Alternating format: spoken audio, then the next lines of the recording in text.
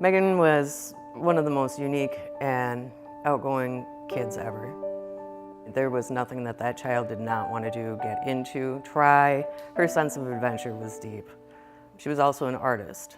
That art was a big part of her life. She's just an amazing kid with a big heart.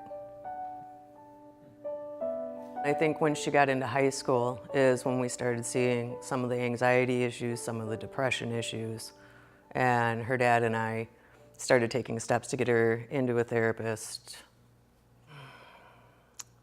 I don't think people were taking mine and Jim's concerns very seriously, because when we started seeing the behavior changes in her, it was fairly quickly that it happened.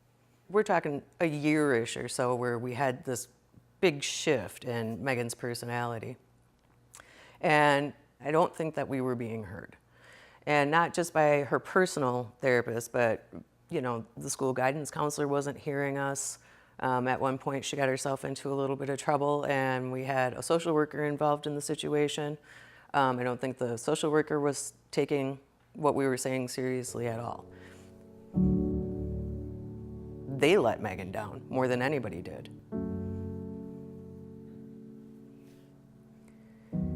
When Megan died,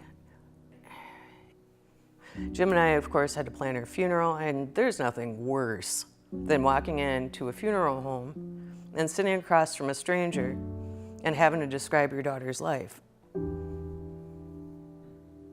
I think that first full weekend after her service is when it really hit me, and I couldn't leave the house. I just cried and cried and cried, and I still do.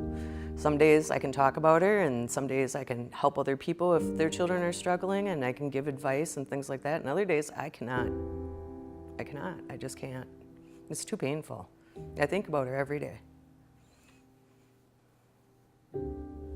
What I've learned is that this area offers no solid resources. I'm an expert. And that's not right. I cook, I bake bread. I was never meant to be a suicide expert. I can't hold her anymore, I can't say anything, but what I can do is try to help other people.